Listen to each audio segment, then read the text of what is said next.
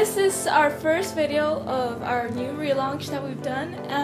This is the first installation of our Let's Talk series.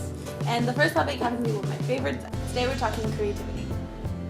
Now with this new series, we're going to be covering a lot of topics from current events to mental health. The idea behind these videos is we want to make it feel like you're talking to a good friend about something that happens to be on your mind. If you have any requests, feel free to leave it in the comments below.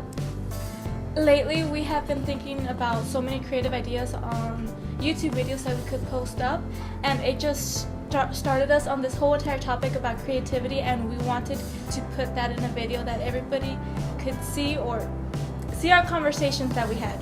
One of the things that we noticed when we were brainstorming ideas for this video is that a lot of people are often restricted when it comes to their creativity. Once you start making rules and restrictions to follow, you lose that passion, that free expression that is creativity.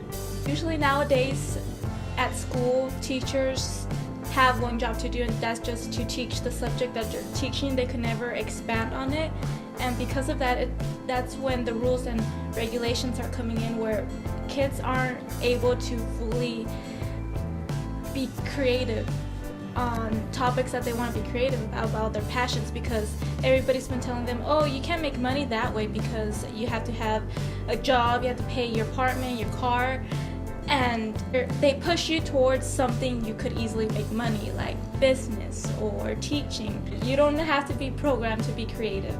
When people often try and step away from that pre-programming, they get afraid, or they fear judgment, they fear failing, because they've been so used to only following the rules all the time that they don't ever take that risk.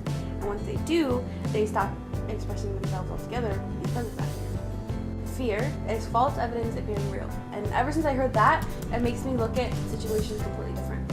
If you think of fear as something that's not real, and it's just something that you created on your own, then it opens up a whole new world that you can express freely without worrying about being judged. I like that. What were some personal fears that you felt before you felt free to create? That I wasn't going to be good at what I was going to create. That even though this was my passion, nobody was going to like it because it wasn't good enough, or I was probably doing it wrong because I didn't take classes to teach me about my passion, because I was pushed to just keep on working so I could have a life without worrying about, oh, I want to do writing or draw or something.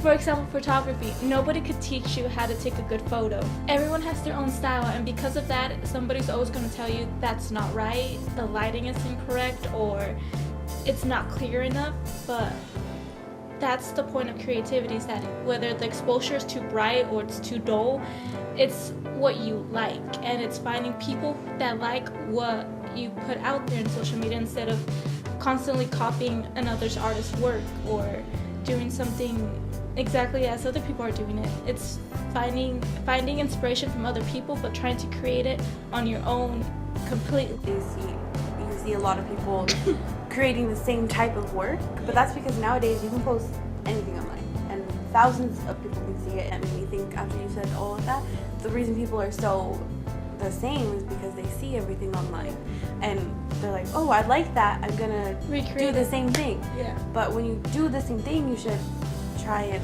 make it your own. Yeah. And then that's how you figure out your own style. And that also reminds me of that photo you posted on Tumblr who knows how many years ago, and it's been all over social media and nobody knows where that photo came from. Mm-hmm. I've seen it on Twitter, I've seen it on Instagram, I've seen it on TV once, and it's like no one credited me, not because I didn't have my watermark or anything, but because I posted it freely. It was my own original piece, and other people, nothing that no one else has seen.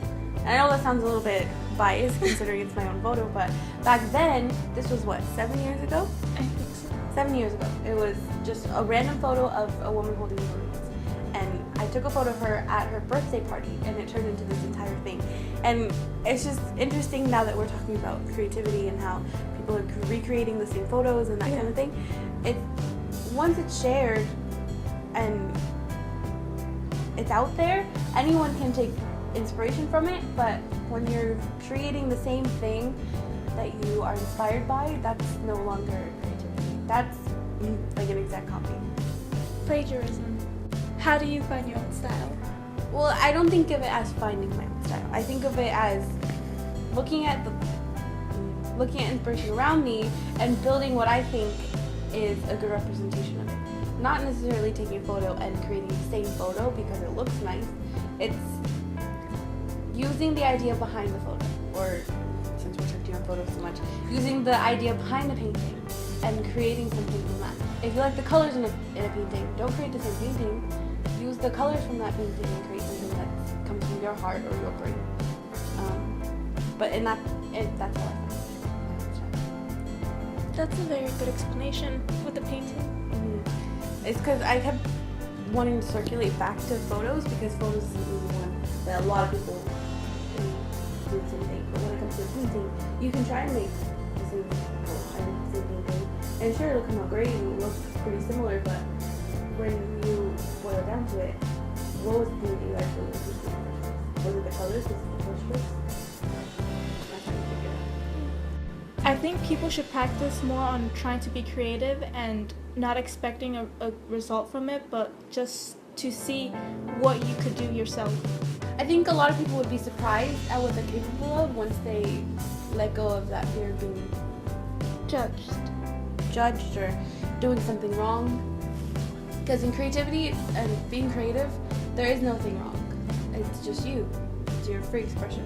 There's nothing wrong with being free. In your opinion, how does social media encourage creativity? People could just post anything they want within a second. You could post it now all online and just promote it yourself. You can get feedback, and feedback is always great because it helps you improve. It helps you expand more. If your goal with that piece of art or that photo is to go further in that career, social media helps with that. It quickens things a bit more, but it also could be more dangerous because of that.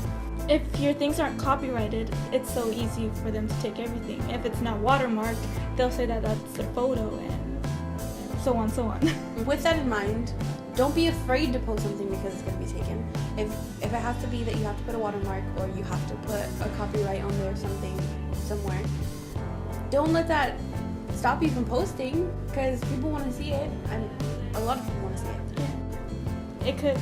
It works in your benefit if a lot of people like your work, because then they could also repost it, and it could go so many different ways. It's amazing. I see it on Twitter, but someone asked, how do you be creative?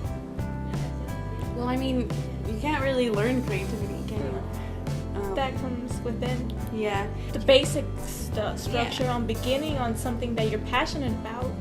Yeah, like you can learn basic brushstrokes for painting, you can learn basic lighting for photos, anything, but you can't learn creativity. If someone tells you they can teach you creativity, they're lying.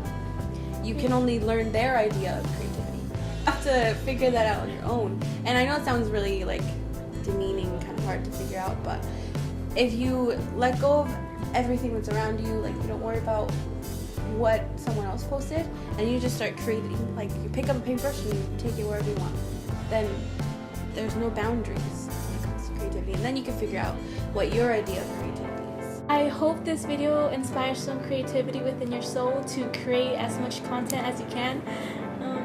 But thank you for watching. Keep an eye out for our next Let's Talk video. Wow, that's a mouthful. But it'll be coming very shortly. We'll see you next time. Bye.